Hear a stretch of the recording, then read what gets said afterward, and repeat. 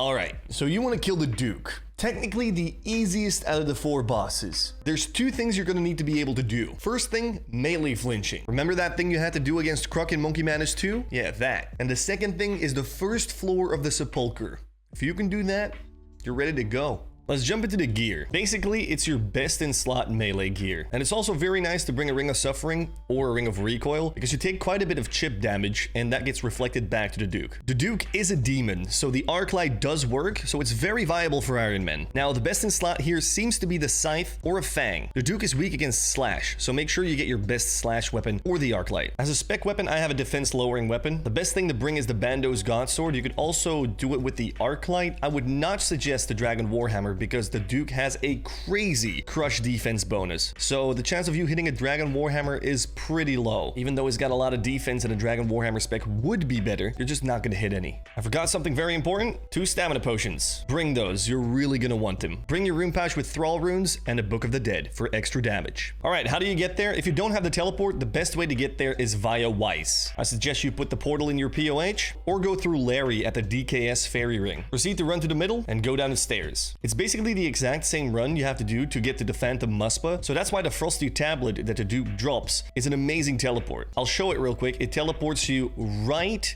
here. That side is Muspa, this side is Duke. So before you go on your massive Venator bow grind, maybe it's actually better to try and get that tablet first. Once you enter the heavy door, this is where the Duke is. The first thing you want to do when you enter is drop a bunch of food. It's an instance, it'll stay there, don't worry. Take a pestilent mortar from the wall, take a pickaxe from the wall because you're going to need them. Before you can wake the Duke up, you want to make a potion. Now you notice these shadow things on the ground. Do not stand on them. Alright, you take a lot of damage. I also have these tiles marked and they will be linked in the description, so make sure to put them into the ground item plugin. The way you do that is just copy paste the tiles in the description and then right click your world map and import. Initially, you can run from this first tile all the way to the mushrooms you need to pick without ever being hit by these beams. The problem is you'll still get hit by these shadows, so you can one click it, but be wary that you could still get hit by these shadows. I prefer just going tile to tile. When you get there, pick 2 mushrooms and crush them with your pestilent mortar. Make sure you get 12 of the Musca powder. I think it is dependent on herblore level how many you get per mushroom. At 90 herblore, I only need 2, but I've heard people with less herblore needing 3. So be wary that you need 12 of each, also on the other side. Then go to the other side and do the exact same. Now you can use some silly tech by clicking the mushroom, making it, and instantly clicking back to instantly get the other mushroom. But if you don't want to do that and you just want to take it chill and just pick them normally. After this, you have to mine some salt in either of these 2 salt deposits. Once again, you can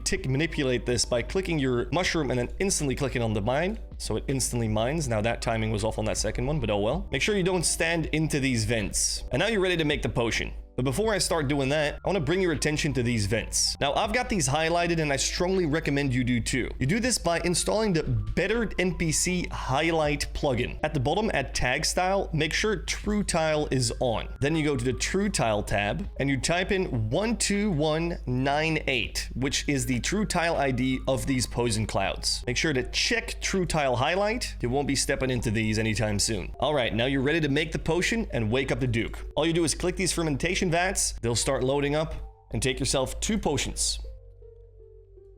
So, what you want to do is wear your defense lowering special weapon, turn your protect melee and your spec on, I summon a thrall here, use the 2 potions on the Duke, and smack him. And go to these 2 tiles. Once again, if you copy the tiles below, these 2 tiles will already be in place. Now, the Duke's default melee attack is rather straightforward. Like I said at the start, all you have to do is melee flinch. He'll charge up a big smoke cloud, don't stand into it, and try and hit right in between. It takes a little bit of time to get into the rhythm, but after a couple tries, you'll get it fairly quick. Now, the Duke also has 2 special attacks. The first one coming in after the first 4 hits. He will summon his giant eye and cast an ice barrage. This hits you for your entire HP if you don't watch out. So make sure you stand behind any of these pillars, preferably one of the 2 tiles we've marked. After this first ice barrage phase, every 4 attacks he will do his second special attack, which is opening up these poisonous vents. All you gotta do is run from one side to the other and you're good. During the default attacks, you want to make sure you're in melee range. If you're not, he will throw a big magical attack which hits for a lot of damage. But as long as you're in melee range, he'll just do his melee attack. If you're quick, you can get a hit in right before and right after the big eye attack, but I suggest just taking it slow and doing it right after. When you hear the ice barrage sound, that's when you know you can attack. Once you've killed the Duke, everything starts over again. You go collect yourself some mushrooms, pot of stamina, and go again. Now, if you're fast, the very first time you go for the rotation again and go and pick your next mushroom, there will not be any shadow things on the ground because the extremities haven't woken up yet. So tomorrow I'll be uploading the last one, Vardorvis, which is probably the most difficult boss out of all of them. So if you become a pro PVMer thanks to me, subscribe.